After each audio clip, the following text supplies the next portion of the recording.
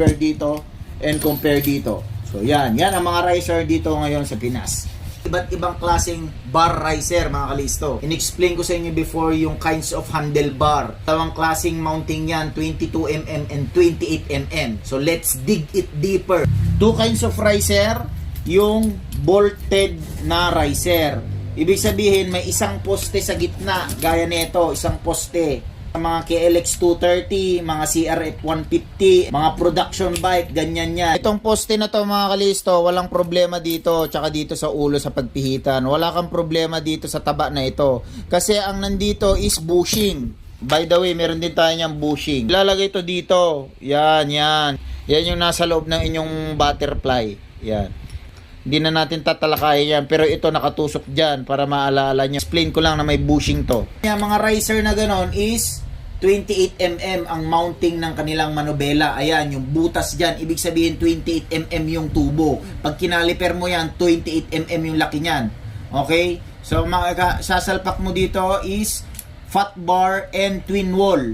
Any brand fat bar or twin wall, ito siya, itong 28mm yung butas na yan. Itong riser namin dito na available is parang pang production na rin talaga siya. Star Allen sa gitna meron. And by the way, pwede kang mamili kung gaano kataas. Kung mamili, ganyan lang yung taas mo.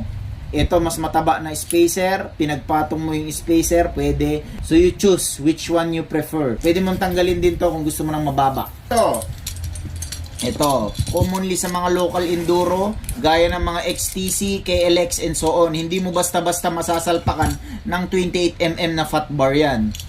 So, para masalpakan mo, kailangan mo ng riser. Kasi nga, 22mm by default yung clamp ng inyong manubela.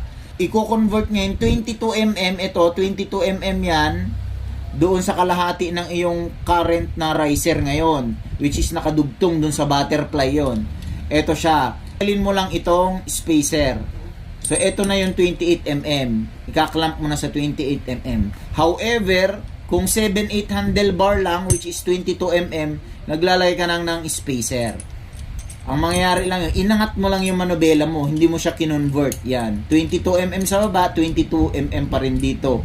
Kaya may kasamang ganito, mga kalisto. Ito. Okay. 1 inch lang to, 1 inch. Against kami dun sa mga 2 inch or more. I-stretch na yung cable mo dun sa manobela and mga wires ng switch. Pag niliko mo, mag-iiba, biglang magka-clutch, biglang magre-red, and so on. Pag masyadong mataas yung handlebar. That's why, hindi namin advise yung mataas na riser. And lalayo pa yung tibay niya. Lalayo ka dun sa butterfly kung saan siya nakamount. That's why mas maganda, mas maliit lang. 1 inch small